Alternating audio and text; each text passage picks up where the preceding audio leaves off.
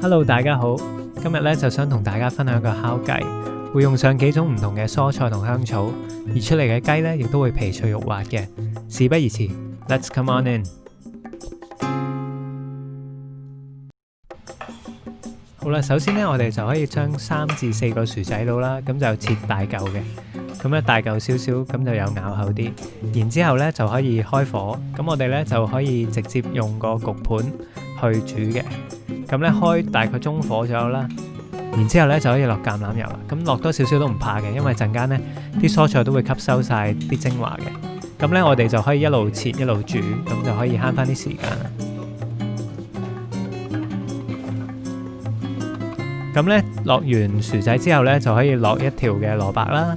蘿蔔咧亦都係切大塊少少啦。咁我咧就中意咧連皮嘅蘿蔔，因為蘿蔔嘅皮咧其實都好有營養嘅。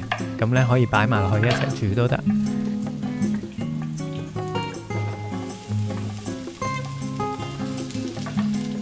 然之後咧就可以切一個洋葱，咁就一開4。咁咧洋葱咧我都習慣咧係唔要最外邊嗰層嘅。因為洋葱咧，有時佢最外邊嗰層咧係會比較辣嘅。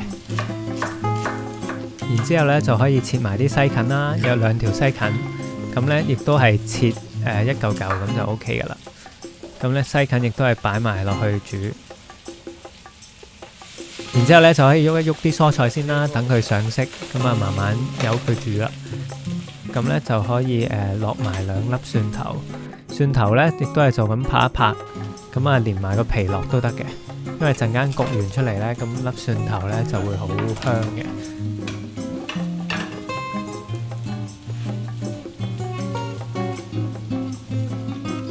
之後咧就可以落2塊月桂葉啦。咁咧呢個時候咧，應該個廚房開始咧啲香味咧就叭叭聲咁樣湧出嚟噶啦。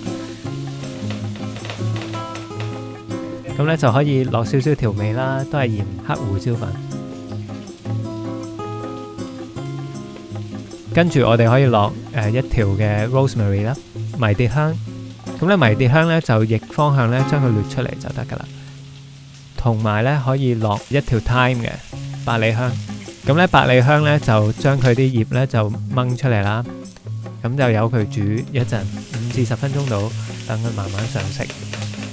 咁呢個時候咧就可以較翻細少少嘅火。咁喺啲菜煮緊嘅同時咧，我哋咧都可以開始咧就準備我哋嘅雞肉啦。咁雞咧就洗乾淨啦。咁首先咧就一定要將個表皮咧就抹乾，因為乾咧咁佢焗出嚟咧先會夠脆嘅。咁我哋咧就需要2粒蒜頭啦，然之後1紮嘅 rosemary 同埋 thyme 啦，即係迷迭香同埋百里香。同埋咧就要半個檸檬嘅。開始可以就釀我哋嘅雞啦。咁啊將半個檸檬塞入去，然之後將啲香草塞入去，再之後咧就將一個蒜頭就塞埋落去，咁咧就可以調味啦。調味都係用翻鹽同胡椒粉啦。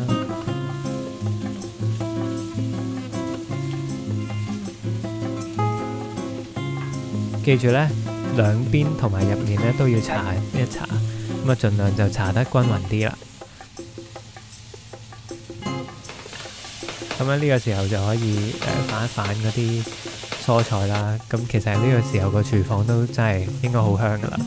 咁咧我哋就可以將啲香草咧就攝喺個皮同埋個肉中間。咁咧焗出嚟嘅時候咧就會見到嗰個香草嗰個印咧就好靚啦。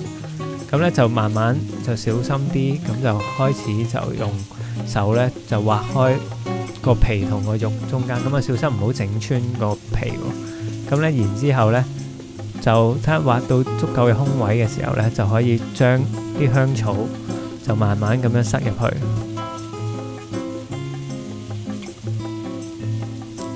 盡量塞入啲塞插佢啦。咁塞完咧就會咁樣就焗出嚟咧，就會見到個香草噶啦。爭啲唔記得咗，可以落多1/4個洋葱啦，塞埋入去，咁咧就 OK 噶啦。咁咧搞掂晒之後咧，就可以成隻雞就放上去，直接放上去啲蔬菜上邊。咁呢，一路焗嘅時候呢，咁啲蔬菜亦都會索晒啲雞嘅精華嘅。然之後呢，我哋就可以擺落焗爐，用200度呢焗35至45分鐘度啦，視乎你隻雞嘅大細。咁呢，焗到差唔多嘅時候呢，就可以幫隻雞掃一層牛油啦，焗出嚟會更加香啦，而個皮亦都會更加脆嘅。咁掃完之後呢，入翻焗爐，用220度焗多10分鐘左右呢，就可以上碟噶啦。咁呢話咁快呢，就整完呢一個燒雞啦。咁呢，其實呢個時候呢，個廚房真係應該好香啦。咁呢，就可以過落隻碟度啦。咁啊，一大班人，咁2至3個人一齊去分享都得嘅。咁呢，嗰啲蔬菜呢，亦都其實可以整個 gravy 嘅。我哋可以聽下嗰隻雞嗰啲聲先啦，係真係個皮係脆嘅，very crispy 嘅。哦，同埋啲雞肉亦都好嫩。好啦，呢個就係我今日想同大家分享嘅燒雞，希望你中意啦。咁我哋下次再見，拜拜。